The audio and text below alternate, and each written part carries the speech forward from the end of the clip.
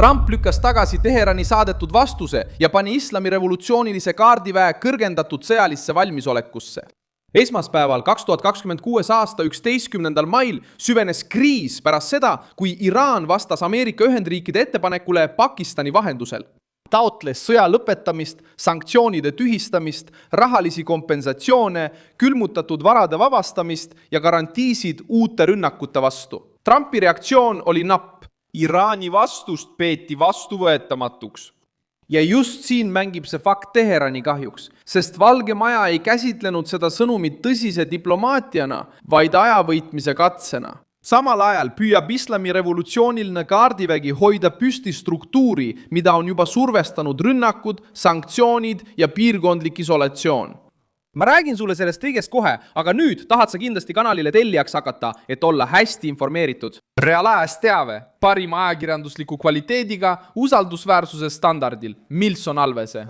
Teheran tahab kohest leevendust, tahab vabastatud raha, tahab sõjalise surve lõppu ja tahab takistada Ameerika Ühendriikidel ja Iisraelil rünnakute jätkamist oma tundlike keskuste vastu. Probleem on selles, et Trump ei nõustunud sellesse mängu astuma. Ameerika sõnum oli selge. Kokkulepet ei tule ainult režiimi näo päästmiseks.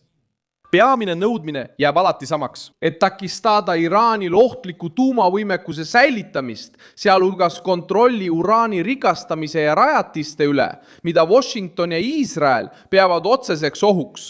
Islami revolutsiooniline kaardivägi sattus paanikasse, sest Trumpi vastus võttis Teheranilt peamise vahendi, mida režiim viimastel päevadel üritas kasutada, läbirääkimised kui kilp.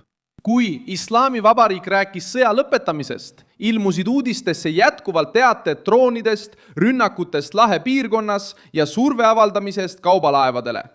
Tegelikult üritas režiim istuda läbirääkimiste laua taha, paludes leevendust, kuid samal ajal hoidis oma hirmutamismasina aktiivsena.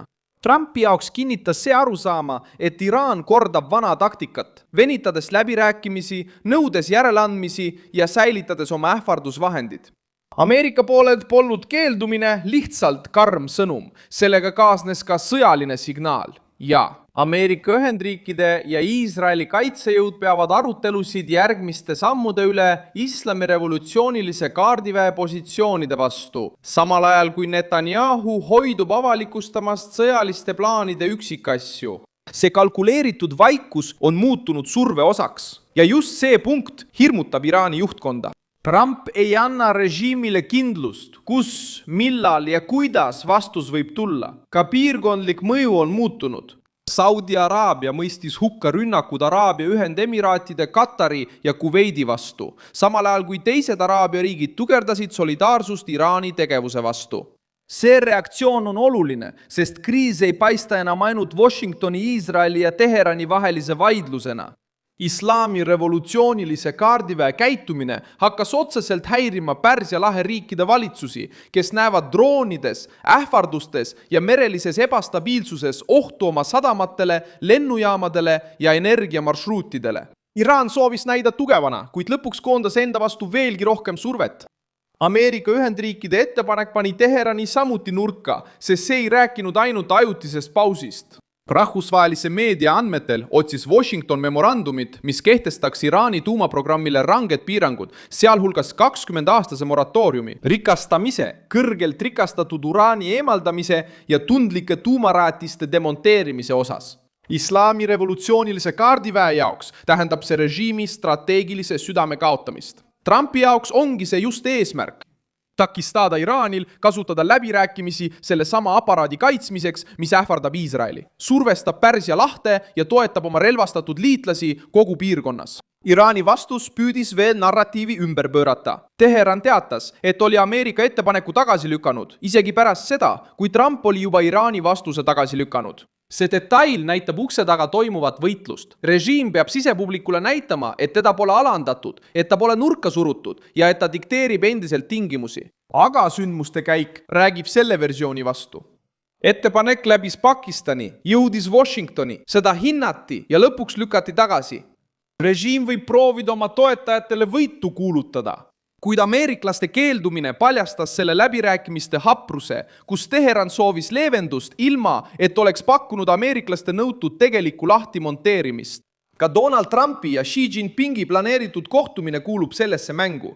Washington soovib avaldada Hiinale survet tema majandussuhete tõttu Iraaniga. Eriti naftaostude ja kaudse toetuse tõttu, mis aitab Teheranil isegi sanktsioonide all hingata. See punkt laiendab kriisi kaugemale Lähis-Idast. Trump vaatab islami revolutsiooni kaardiväe poole, kuid siib ka välisvõrgustikke, mis toetavad režiimi.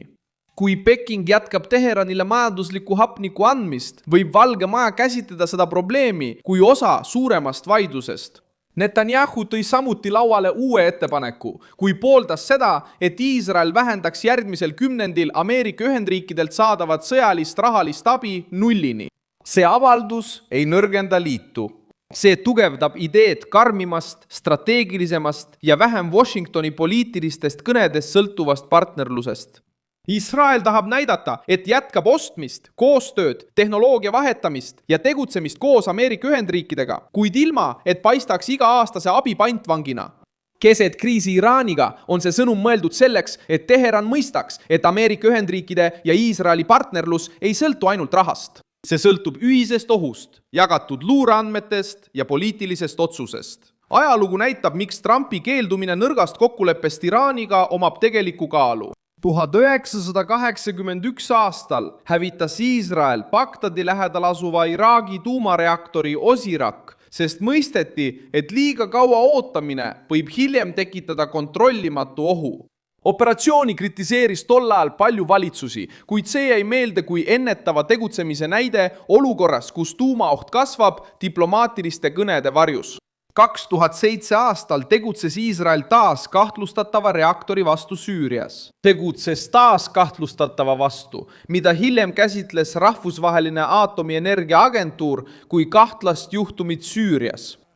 Õppetund Donald Trumpile ja Benjamin Netanyahule on otsene. Kui vaenulikud režiimid kasutavad läbirääkimisi aja võitmiseks, võib tegutsemisaken kiiresti sulguda. Võrdlus Liibüaga aitab samuti mõista erinevust Iisraeli kahtlustatava tegevuse ja Süüria kahtlustatava reaktori vahel. 2003 aastal teatas Liibüa valitsus, et loobub massihävitusrelvade programmidest ja avab protsessi rahvusvaheliseks kontrolliks. Seejärel järgnesid läbirääkimised, inspekteerimised ja sanktsioonide leevendamine. Liibüa juhtumit meenutatakse, sest see näitas lihtsat loogikat. Kõigepealt tuleb konkreetne loovutamine, seejärel diplomaatiline preemia. Iraan püüab minna vastupidist teed. Ta nõuab sanktsioonide lõpetamist, raha vabastamist, sõjalisi tagatisi ja poliitilist eelist enne, kui demonteerib tuumaprogrammi põhiosa. Sellepärast Trump keelduski. Teised riigid näitavad samuti, et surve all olevad režiimid taganevad, kui nad mõistavad, et vastupanu hind on muutunud suuremaks kui järeleandmise hind. Põhja-Korea on vastu pidanud aastakümneid, just seetõttu, et on aega võitnud, läbi rääkinud, külmutanud, uuesti alustanud, ähvardanud ja alati läbirääkimiste laua taha naasnud, kui vajas leevendust. Bashar al-Assadi Süüria varjas tundlikku tegevust, kuni seda rünnati ja pidi seejärel aastaid rahvusvahelise kahtlusega elama. Iraan tunneb seda käsiraamatut.